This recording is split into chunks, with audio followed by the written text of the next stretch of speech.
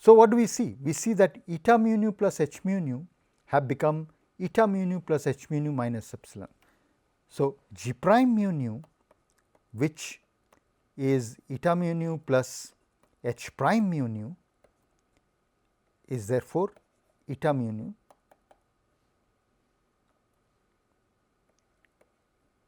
plus h mu nu minus epsilon xi mu comma nu plus xi nu comma mu. In other words, this exercise tells us that under the infinitesimal coordinate transformation, the new metric perturbation h prime mu nu is related to the old metric perturbation h mu nu in this manner. So, in other words, h prime mu nu is simply h mu nu minus epsilon xi mu comma nu plus xi nu comma mu. So, effectively what this tells us is that under infinitesimal coordinate transformation, my new metric perturbation is related to the old metric perturbation in the following manner. And therefore, I can use this coordinate transformation degrees of freedom to constrain h mu nu. After all, xi mu is a vector field which is arbitrary. I can choose the xi mu in my own way, so that I get the harmonic gauge condition. So, again let us look at the harmonic, look at the trace reversed metric. We know that h bar, which is trace reverse metric mu nu, by definition is h prime mu nu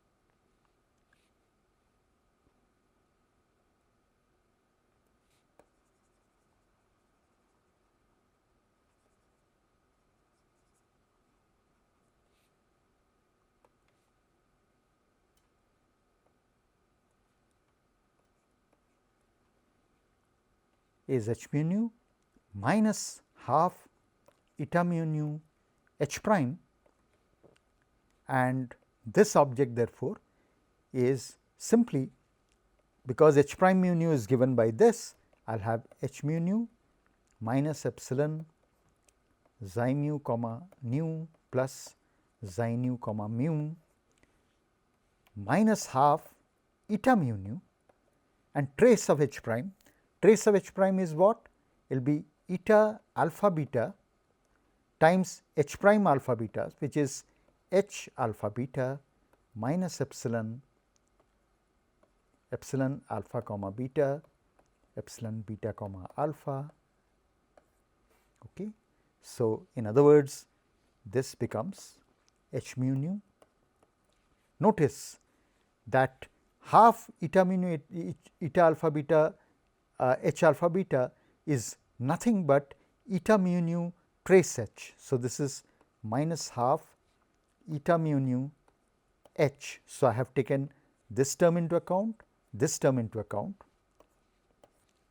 Now, minus epsilon xi mu comma nu plus xi nu comma mu. So, this part also I have taken into account. Remaining part, let us see what has happened. Here you will have minus half eta mu nu minus will become plus. So, plus half eta mu nu will be there. There is a epsilon also. So, there will be epsilon here, and as you can see, this eta alpha beta, this has minus minus has become plus. So, therefore, it will be xi alpha comma alpha, because alpha has been raised to beta, beta is a dummy variable, plus again this has also risen. So, eta alpha comma alpha. Okay. And hence, what we find is that the trace reversed part. So, h bar prime mu nu is this object is h bar mu nu. now I can take minus epsilon common, and I get xi mu comma nu plus xi nu comma mu, and this half xi alpha is twice the factor. So, therefore, that half will also go, because I have taken minus. So, I will put a negative sign, eta mu nu and xi alpha comma alpha. So, this is what h prime mu nu is. So, we want to know that can I choose my vector field xi mu such that the trace reverse quantity comes up. What does one mean by trace reverse? We want, so what we have seen therefore is the trace reverse metric in the new coordinate system is trace reverse metric in the old coordinate system minus epsilon xi mu comma nu plus xi nu comma mu minus eta mu nu xi alpha alpha, and we want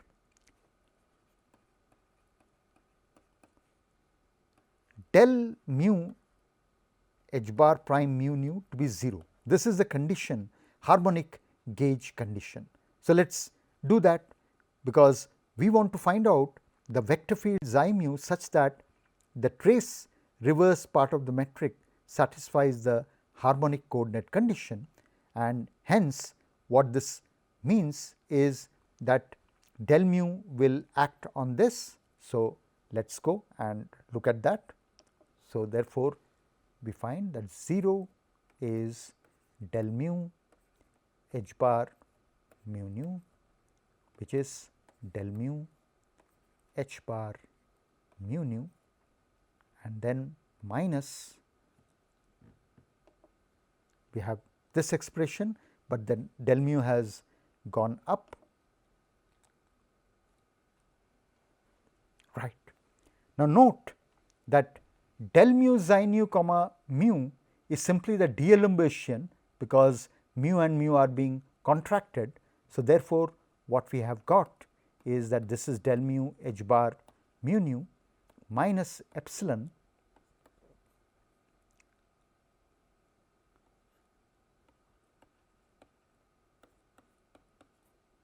and this is simply the de-Elembauchian of xi nu. So, this is xi nu, and this object, as you can see, is nothing but del nu, which is xi alpha, comma alpha comma nu, because del mu contracted with eta mu nu will give this, and these two quantities are identical, but with opposite sign. So, this goes with this, and hence what we have got is del mu h bar mu nu minus epsilon de-Elembauchian of psi. So, what does this exercise tell me? It tells me that if in the original coordinate x mu, if my trace reversed metric fluctuation did not satisfy the harmonic gauge condition, then we make a coordinate transformation where x mu goes to x prime mu, which is equal to x mu plus epsilon zeta mu, where zeta mu is a arbitrary vector field, and we demand that in the new coordinate system this satisfies the trace, that is the new trace reverse metric fluctuation satisfy the harmonic gauge. Then all we have to do is choose the vector field xi nu, zeta nu, which satisfies this equation. In other words, seek zeta nu such that epsilon box zeta nu is del mu h bar mu nu. So, once we solve this, then we know that in the new coordinate system the trace reversed metric fluctuation tensor satisfies the harmonic gauge condition. So, that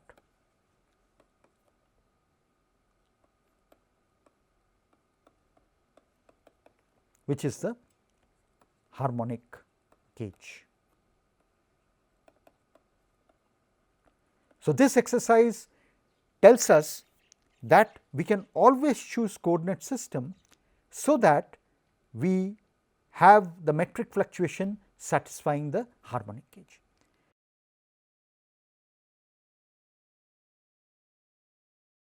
Now, remember algebraically, since h mu nu is symmetric, h mu nu h nu mu, there are 10 components.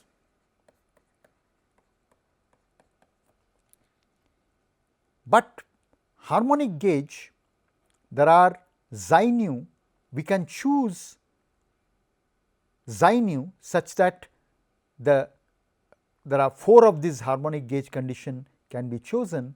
So, 4 of the harmonic gauge condition can out of this 10 remove. So, choice of xi mu will reduce the 10 components, 4 of them to 6 components,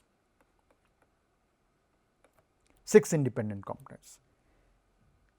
The question is, does it mean that now we have 6 independent degrees of component? The answer is no, because the condition delta xi nu equal to 1 over epsilon del mu h bar mu nu, if we solve this equation, 2 xi nu I can add to the solution. Consider now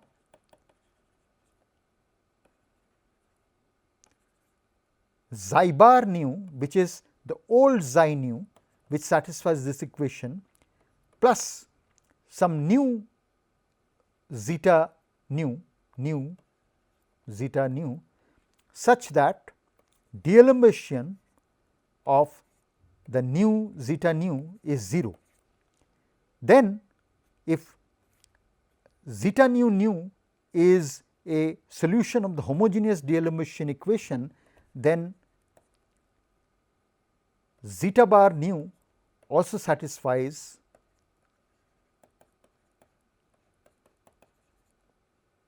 box xi nu equal to 1 over epsilon del mu h bar mu. So, therefore, you can still add 4 more components zeta nu, and hence out of 6 components we can reduce it further. So, this implies that out of 6 components 4 can be eliminated, so that you have only 2 components. This exercise therefore tells us that there are only 2 independent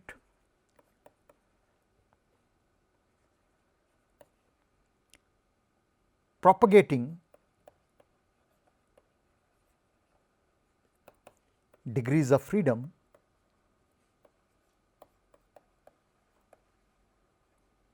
for h min.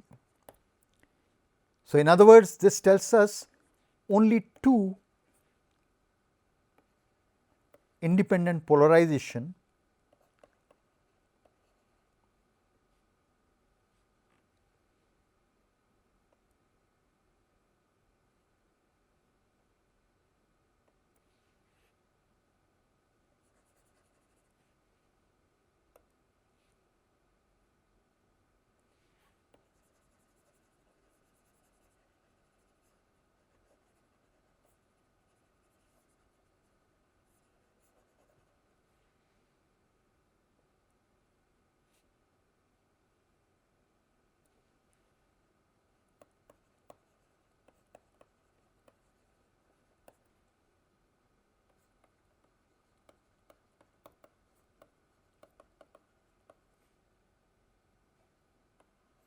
of the gravitational wave.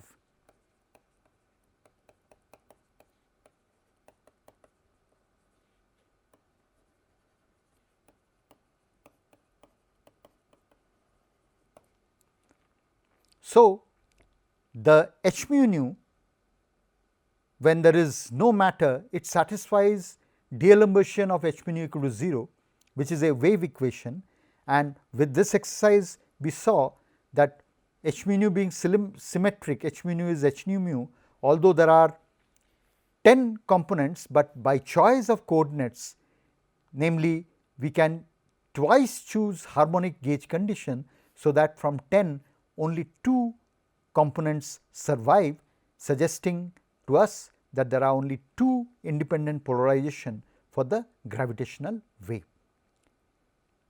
So, just like electromagnetism, where the electromagnetic waves have only 2 independent polarization, even in the case of gravitational wave there are only 2 independent polarization.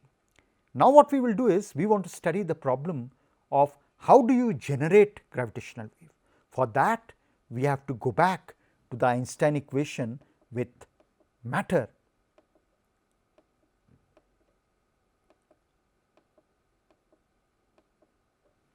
So, this is the Einstein equation with matter, and we want to incorporate the matter part also to look into the generation of gravitational wave.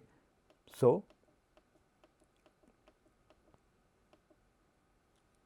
we write down the Einstein equation, which is r mu nu minus half g mu nu r is equal to 8 pi g by C4 T mu nu. We will, which is of course same as, we can raise the whole thing, we can say this is r mu nu upstairs minus half g mu nu upstairs, r equals 8 pi g by C4 T mu nu. This is all equivalent. So, there is a equivalent sign. Now, what we want to do is, this is of course generally true, we want to do it for linearized gravity. We have already shown that r mu nu with the harmonic gauge condition, we have already proved that this is h mu nu. Now, we want to substitute it here, and because of this result we know that r, which is g mu nu r mu nu, which is eta mu nu, in this case r mu nu will be simply equal to minus half box of eta mu nu h mu nu, but box of eta mu nu h mu nu is a trace, which is minus half box of the trace h, and hence our Einstein equation becomes r mu nu. We can raise, everything is raised or lowered using Minkowski metric, and therefore we get for r mu nu. So, 8 pi g by C4 T mu nu, which is r mu nu minus half g mu nu r, becomes minus half box h mu nu,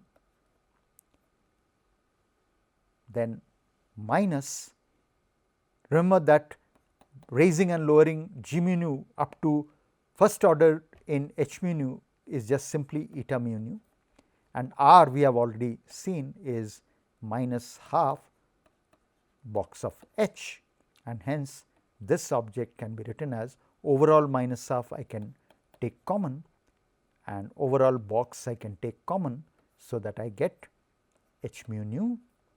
Since I have taken minus half box common, I have minus half eta mu nu h.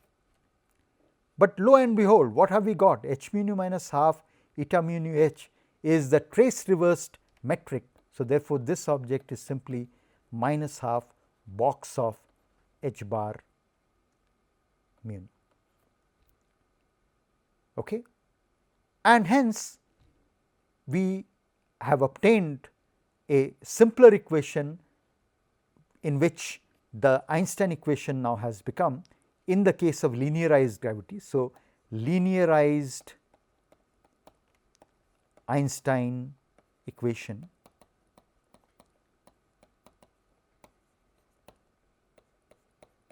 is simply the D'Alembert of trace reversed metric fluctuation is nothing but minus half goes there. So, it becomes minus 16 pi g by C4 energy momentum tensor. Okay. Now, note that our h bar mu nu we have chosen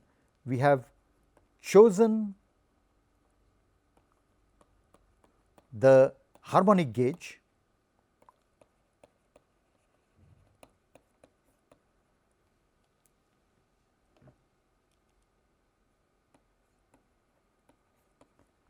so that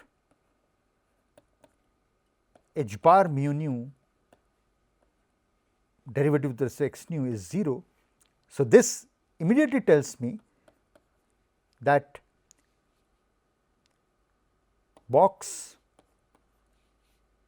0 is equal to box of del by del x nu of h bar mu nu is 0, and which is same as minus 16 pi g by C 4 del by T mu nu of del x nu.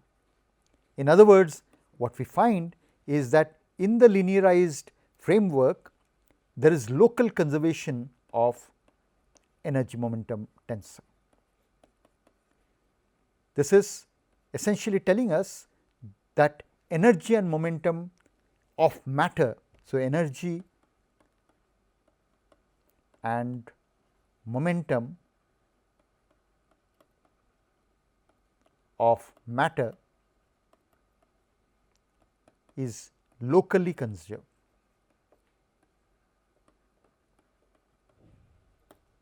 Okay. But can we get a solution? After all, we have derived box of h bar mu nu is given by this expression. Is there a formal solution to this? And the formal solution for such a inhomogeneous differential equation, we normally use the Green's function technique.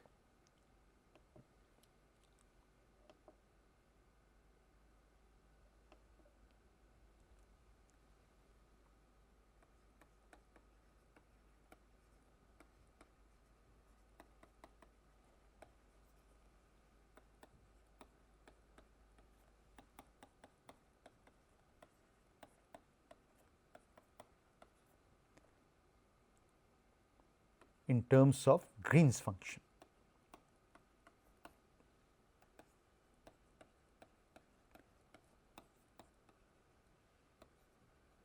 Fortunately, we already know the Green's function for such a differential equation. So, we know that box of Green's function, retarded Green's function x mu comma x prime mu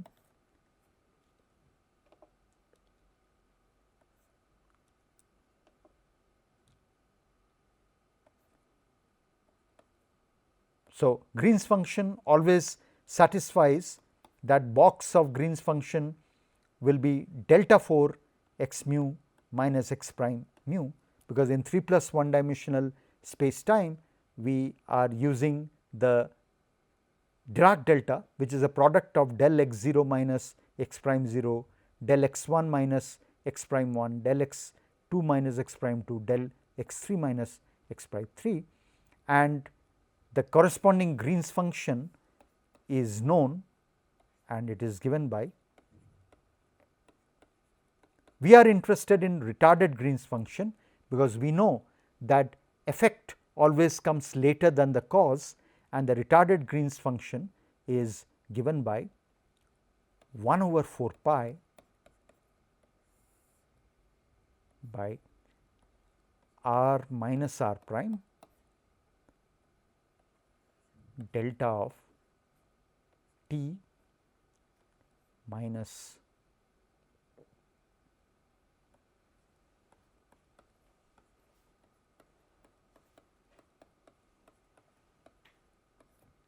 what this tells us. So, this is the retarded Green's function.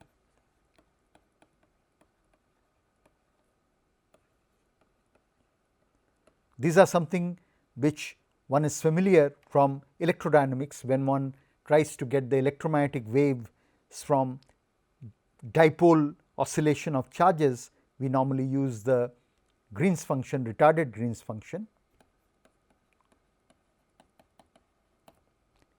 so that if something happens at time t prime, by the time it affects t, it should move by a distance r minus r prime, so that all effect progresses with speed of light c.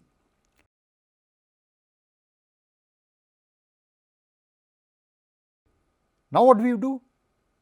Since we know the Green's function, therefore I can directly obtain how h bar mu nu is given in terms of t mu nu. Again, go back to our original source. So you have a arbitrary source, the origin is there, and our point of observation is somewhere here, and the vector is r, while any point within the source is r prime.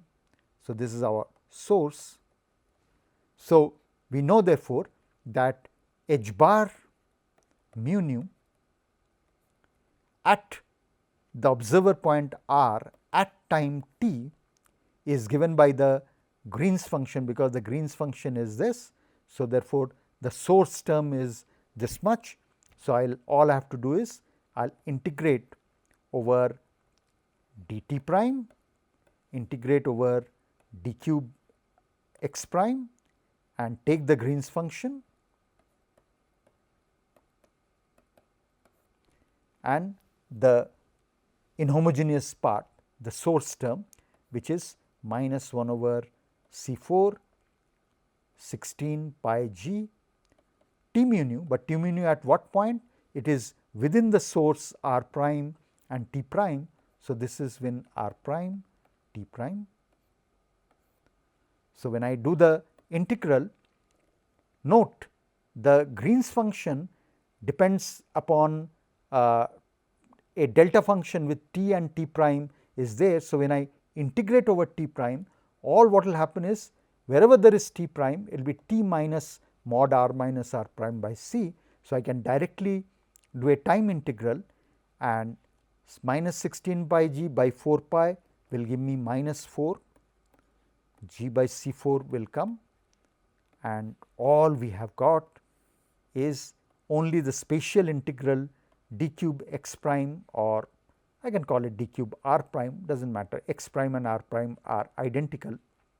So r minus r prime, and my t mu nu is now a function of r prime, but t prime, because of the delta function time integral, t prime has been replaced because of the Dirac delta as t minus r prime divided by c. So it is this which tells me that the trace reverse metric fluctuation, if I observe at r at time t, then it is the retarded time, what happened at t minus r prime by c, that decides. So causality is maintained by this expression. But note that our source is very, very far away, and we have already made the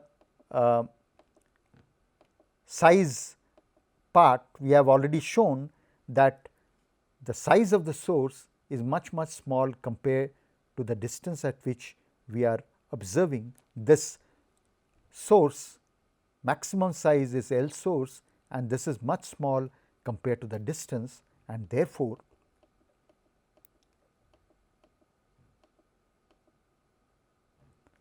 we can make an approximation for mod r minus r prime. So let us do that approximation. After all, what is mod r minus r prime?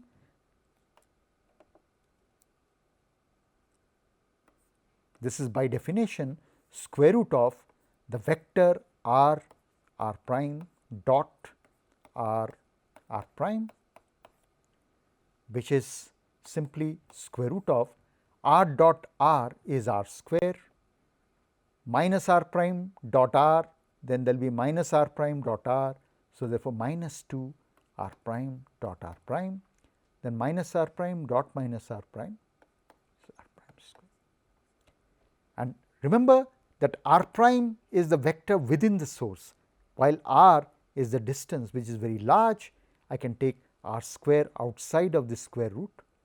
When it comes outside the square root, it will become r, and I have 1 minus r prime by r whole square. Then I have minus twice r vector by r dot r prime vector by r, and this is a unit vector in the. So, this is square.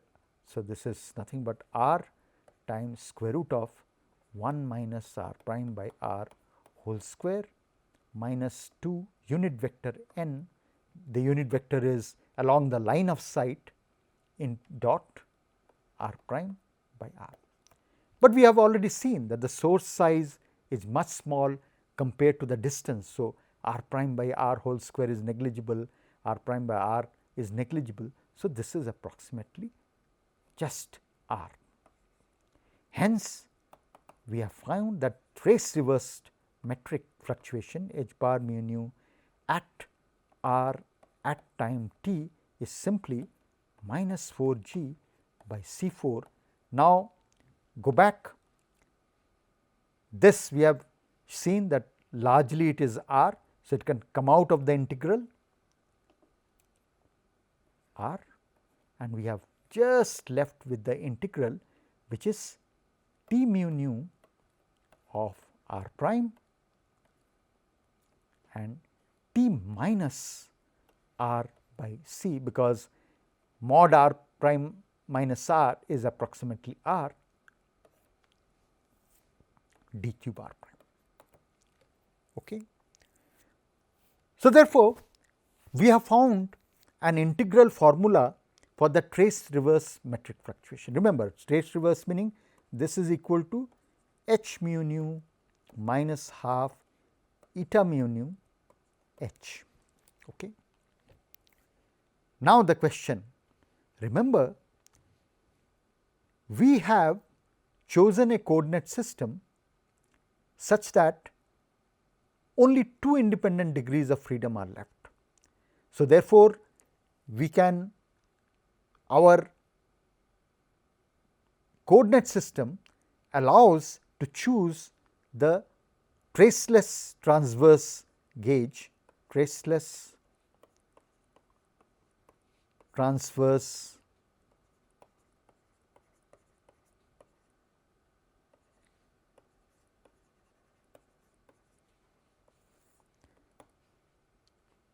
only 2 degrees of freedom. We have already shown that only 2 degrees of freedom, only 2 degrees of freedom of h mu nu survives. So, we use the traceless transverse gauge, we choose those 2 degrees such that the trace of h mu nu is 0. So, in the traceless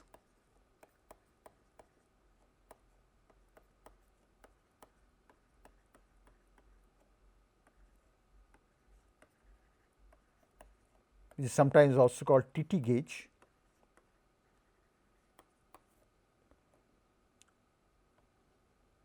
choose the 2 degrees propagating degrees of freedom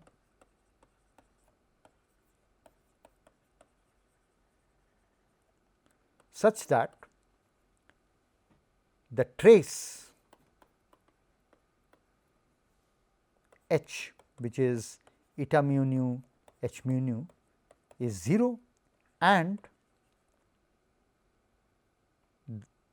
the spatial part h I j normal is 0, where n j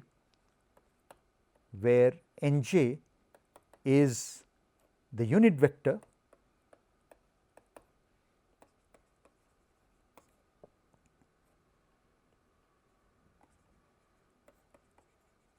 of unit vector n, which is r by mod r.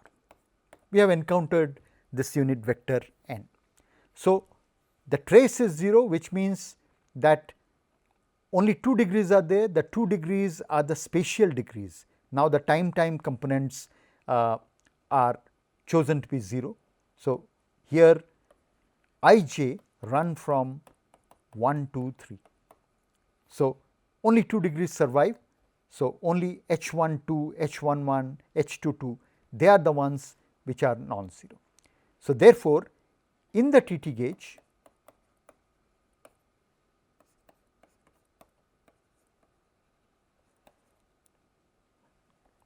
the solution is H bar I j, which is simply H I j. The reason is trace is 0. Because trace is 0, H bar I j, the trace reverse part becomes H I j. So, let me write here, because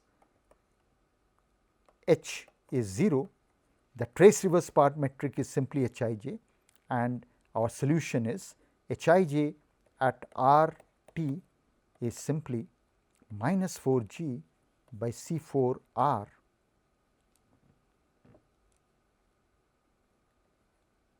integral T I j at r prime T r by C d cube r prime. Okay. So, this is our formula. You give me the energy momentum tensor of the matter, I get the amplitude of the gravitational wave, and causality is maintained because the energy momentum of the matter, only the retarded part has to be taken into account. But then the main problem is, supposing I want to use this expression, I need to know the energy momentum tensor everywhere where the source is. That is a very difficult problem to handle. So, is there a way that I can get a compact formula where I do not need to know the distribution of energy momentum over the entire body of the source? And the answer is yes, that can be done. Use the local conservation, use the local conservation.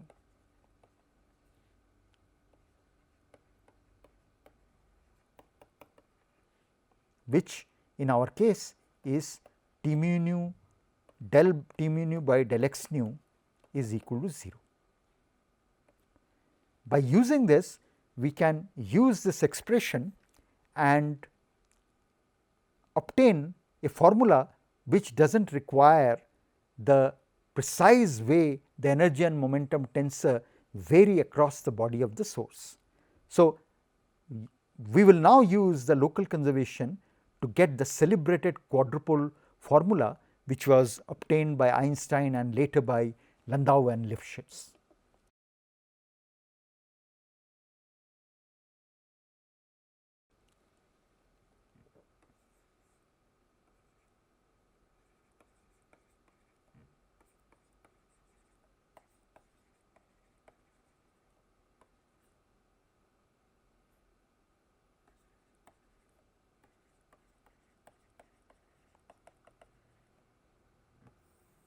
How do we do it? Let us look at the following expression, because we know that del T mu nu by del x nu is equal to 0, and therefore, what does it mean? Let me take the following object. Let me consider the following integral. So, let us write an integral I, which is defined to be T00 of d cube r prime, and this of course in evaluated in the retarded time, T00 d cube r prime evaluated at the retarded time. Now, suppose I want to differentiate this object with respect to time. So, therefore, consider d I by d x 0. What is x 0?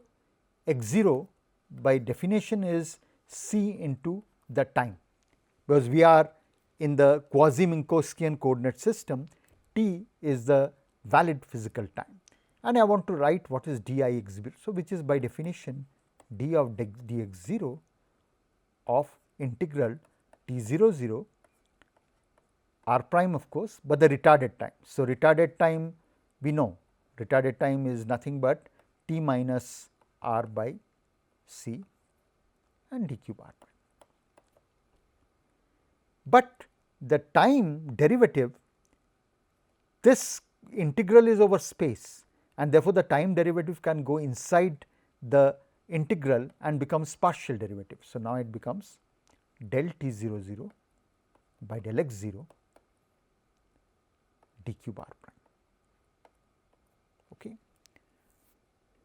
But look at the continuity equation. In the continuity equation, del t mu nu by del x nu equal to 0, which means that, so del t mu nu by del x nu equal to 0 implies del t 0 nu by del x nu is also 0, which is nothing but 0 is equal to del t 0 0 by del x 0 plus del t 0 some k spatial component k del x k, where k goes from 1 to 3.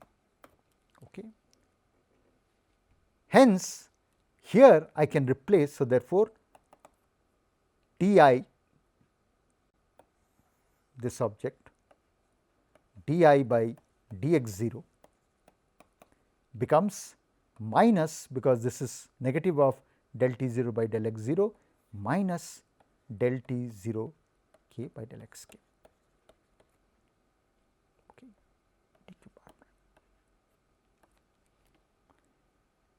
And then what does one do?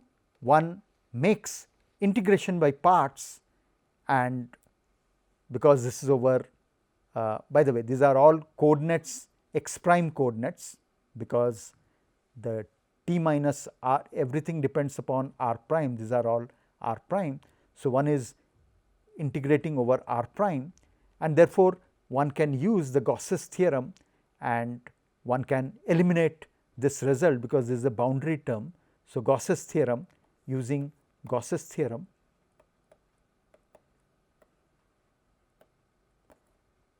we know that this whole thing is a boundary term. So, d I, and the boundary goes to infinity, d I by d x 0 goes to 0.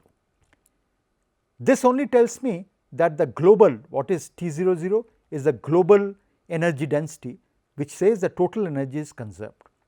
So, this illustrated the fact that I can use the Gauss's theorem to write the time components in a particular way, so that I can use the Gauss's theorem to eliminate the boundary terms. So, now using this illustration, now let me define another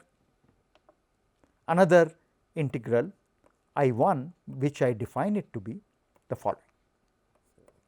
Take t 0 0, which is again all with r, because the integration is over r prime, and the retarded time. So, I will call the retarded time, this is the retarded time t retarded.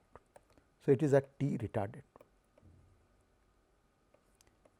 and multiply to this the spatial component x j and another x k. You will see why I am doing it, but prime, these are all prime, where the integral is over prime. Okay. Now, you will ask, why did I do that? What I do is exactly the same thing. I differentiate del I 1 by del x 0. Okay. When I do that, this object, the derivative will go inside, because the integral is over space.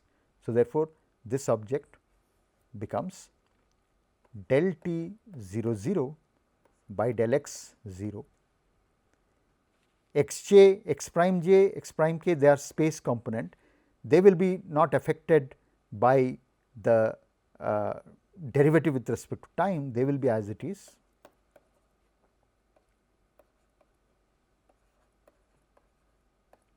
Okay. And then again I use this result,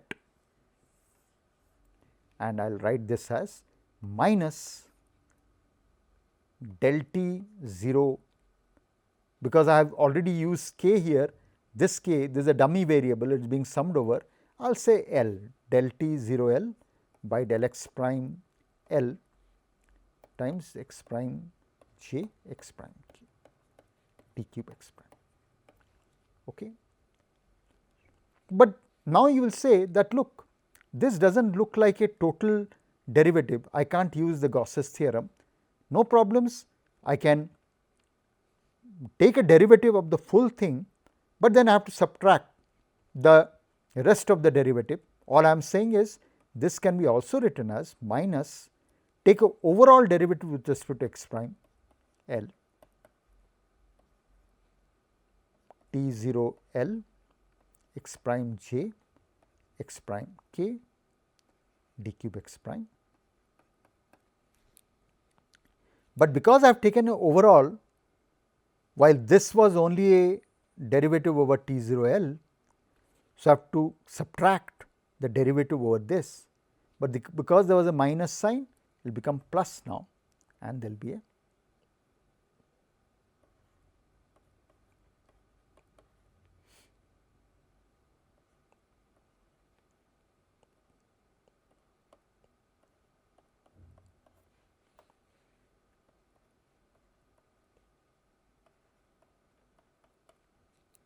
okay. This is a total derivative term, and this is exactly like the Gauss's theorem I can use, and Gauss's theorem. So, this volume integral will go to the surface, and when the surface goes to infinity, t 0 L will go to 0. So, this after the Gauss's theorem, this goes to 0. So, I am left with the fact that d I 1 by dx 0 is only this quantity. So, let us go to that. So, therefore, d I 1 by dx 0 is simply del by del x prime L of x prime j x prime k t of 0 L d cube x prime. Okay. Yeah, because the first term has simply gone to 0, because Gauss's theorem says that the volume integral goes to the surface integral, and when you take the full volume, the surface goes to infinity. At infinity, there is no matter, t 0 L simply goes to 0. Now, what I will do is I will just expand it. After all, x prime j, x prime k, they are all spatial, and when I expand it, I get, first of all, when this derivative acts on that, that becomes delta j L, this as it is x prime k, plus x prime j as it is, this derivative when it acts is Kronecker delta k L t 0 L d cube x prime, and hence this object becomes, when L part is taken into account, it simply becomes x prime k L being summed over t 0 j plus x prime j when L is summed over t 0 k d cube x prime. Note that all these are evaluated at retarded time. So, we have got this result, but remember what was I 1? I 1 was by definition, I 1 was by definition t 0 0 x prime j multiplied by x prime k d cube x prime, all right. This was t 0. Now, what I do is I differentiate once again. So, I want now, this is d I by dx 0, now I want d 2 I 1 by dx 0 square. That means, this quantity, this is already d I 1 by dx 0, this I want to differentiate with respect to x 0 again.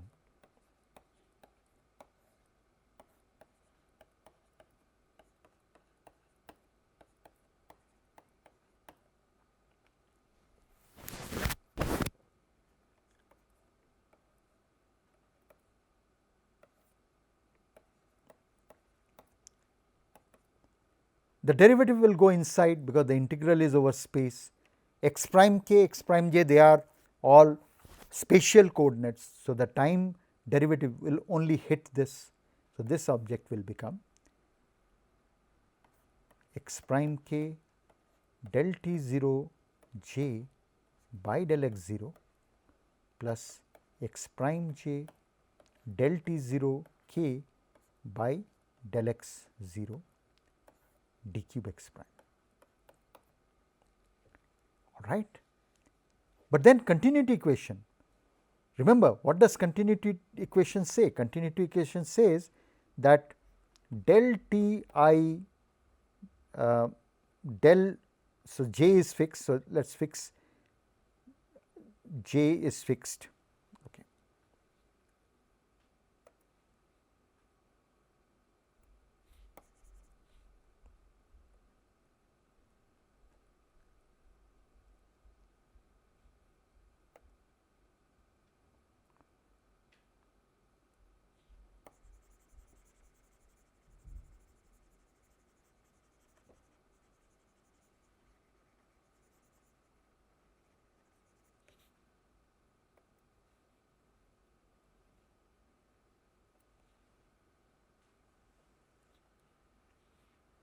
We know that local conservation, so del t mu nu by del x nu equal to 0 also tells me that since you have del 0 j also tells me that del t mu by del x, since this 0 has to be there. So, therefore, what I will do is I will make this object j mu. So, 0 is equal to this, which means that del t 0 j by del x 0 plus del t I j by del x I. Okay. So, this is 0. So, in other words, what we have got is the result that del t 0 j by del x 0 is same as minus del t I j by del x I. Substituting this result here, we get therefore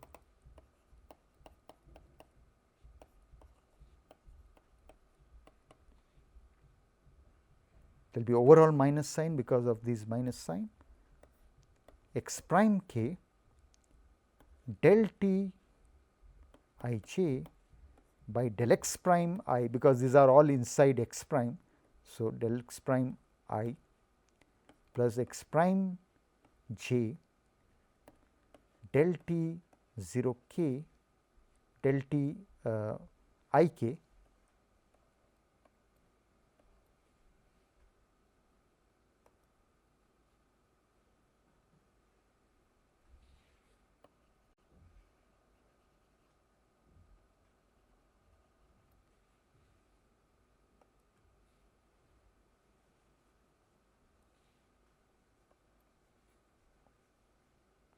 del t I k by del x prime I.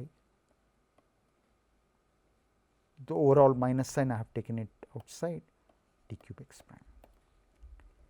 But then as you can see that this is still not in the total time derivative, but I want to use Gauss's theorem.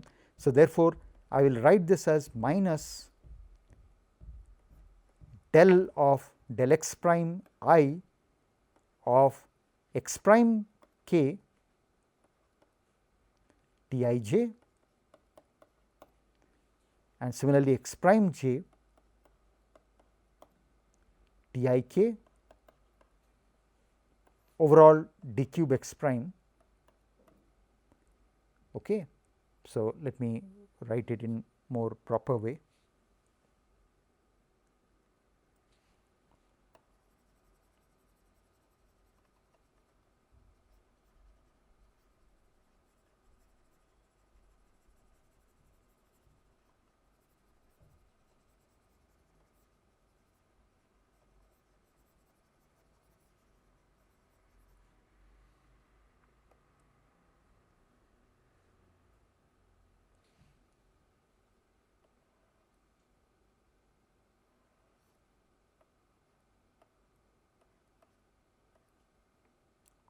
sometimes I am using x prime, sometimes r prime, but it is understood.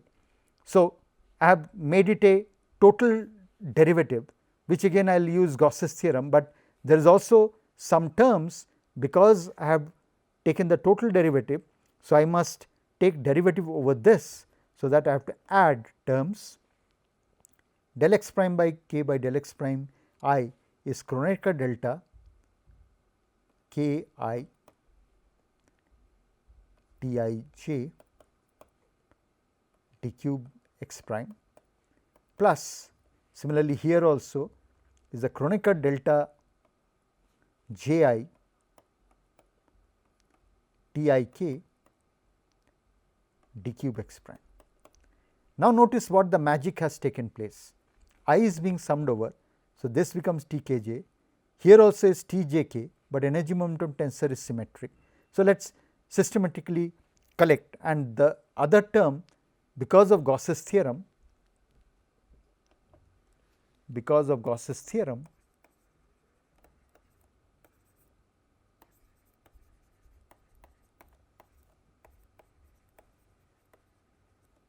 the first term goes to 0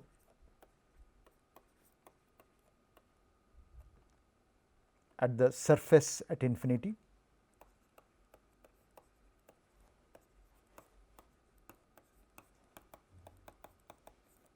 Hence, the result we have is d 2 I 1 by d x 0 square, okay, this term d 2 I 1 by d x 0 square, the first term has gone to 0.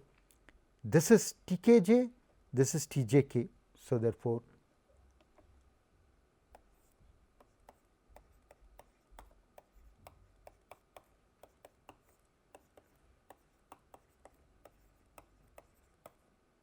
okay, but energy momentum tensor is symmetric, but T mu nu is T nu mu. Okay. So, this is becomes just 2 T j k d cube x prime, all right.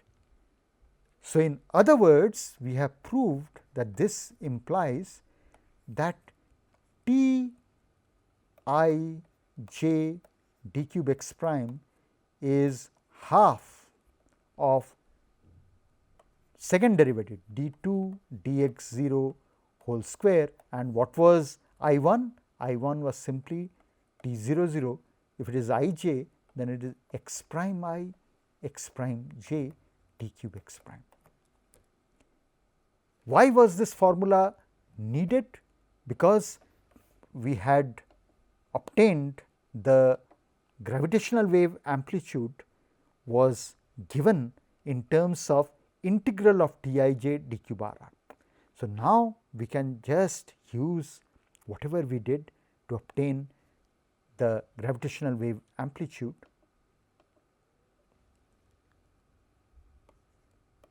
which is the in the T T gauge. So, there is a half, there was a minus 4 g. So, it becomes minus 2 g now by C 4 r, and we have now half factor makes the thing 4 go up, and we have d 2 by d x 0 whole square of t 0 0 evaluated at the retarded time t minus t r by c x prime I x prime j d cube x prime. Okay. So, this is the expression we have got. Now, what is t 0 0? So, that is the first thing we will ask. T 0 0 is the energy density. So, when we talked about energy momentum tensor, then we know interpretation for T 0 0 is energy density. For source that has non-relativistic matter distribution, energy density is simply rho c square for non-relativistic source.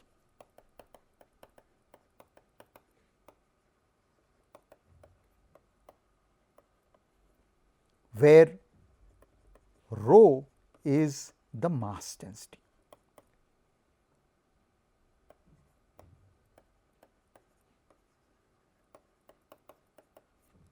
So, what we have got is that in the traceless transverse traceless gauge, the true degrees of gravitational wave is given by minus 2g by c4 r d2 by dx0 square, mass density into x square, mass density to c square x prime I prime x prime j d cube x prime. But x0 square is nothing but c square t square. So, this c square will cancel with this t square, so that our final, hence in TT gauge I have Hij r at time t, that c square gets cancelled, we have 2g by c4 r. Now, there is only time derivative because x0 had c into t, that c square got cancelled with the c square in t00, and now we have mass density again retarded x prime I x prime j d cube x prime. Okay. But what is this mass density and two spatial coordinate? That is the energy moment, that is a quadrupole tensor for the matter. So, Qij, if I define Qij of time as mass density, so r prime t minus r by c x prime I x prime j d cube x prime. Remember, Qij is only a function of time because I am integrating over the spatial volume of the mass times ith component of x, jth component of x. This is the quadrupole moment.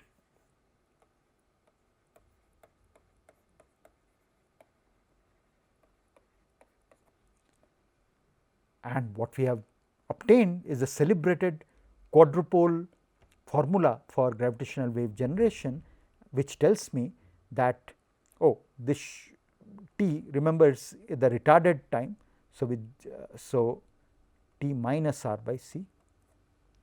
So, therefore, Hij in the TT gauge gravitational wave amplitude is simply minus 2g by c4 r into d2 by dt square of the quadrupole moment tensor Ij at the retarded time t minus r by c.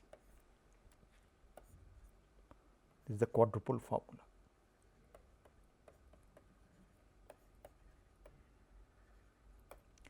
This formula is very useful in giving the gravitational wave amplitude for a binary system where two material particles are going around each other, and since they are point masses, for point mass we can easily evaluate the quadrupole tensor, and we can obtain that if such a binary system is at a distance r from us, what kind of a gravitational wave amplitude we will expect from such a quadrupole tensor changing with time.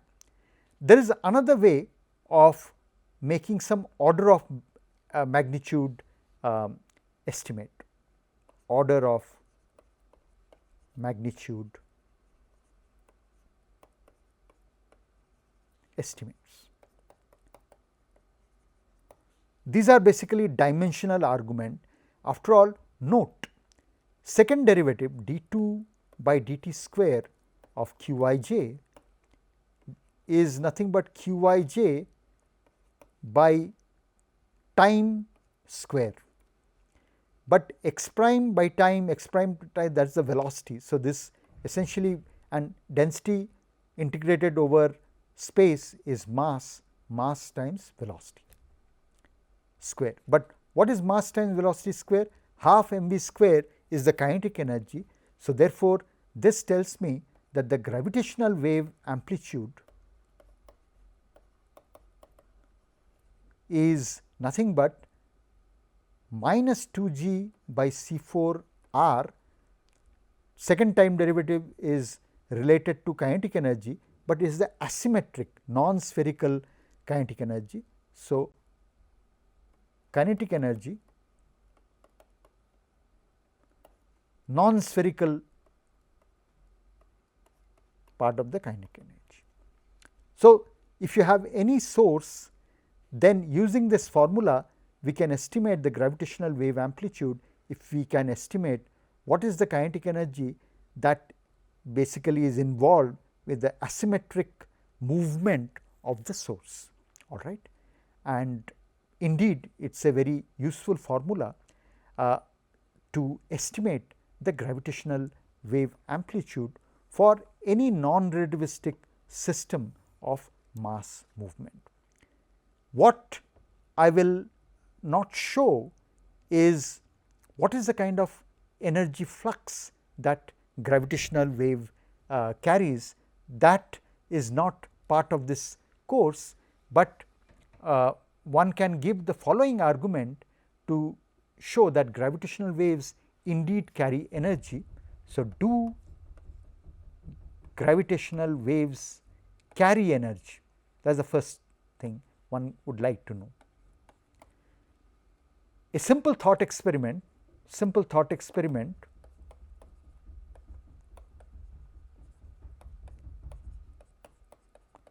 this is due to Hermann-Bondi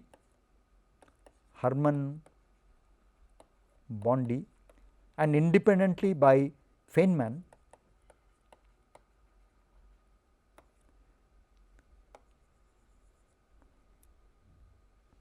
This thought experiment shows that gravitational wave better carry energy.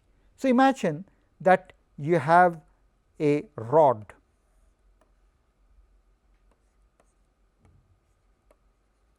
and you put two lightly residing rings inside which can slide on the rod.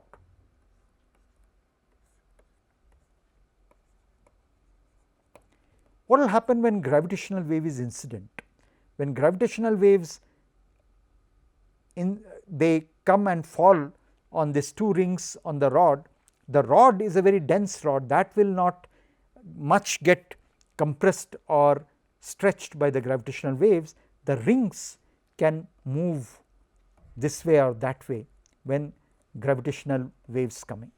So, therefore, when the rings move back and forth, because of the friction due to the rods, the rod will get heated up.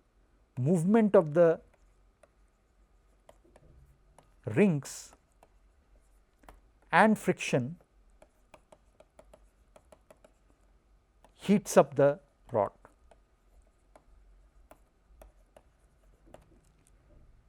So, therefore, where is the energy coming from? The energy that heats up the rod must come from the gravitational wave. So, gravitational waves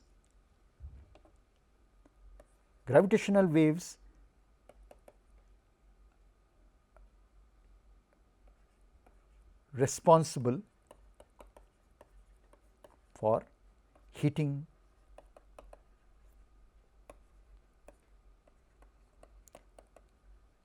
So, this implies gravitational waves carry energy.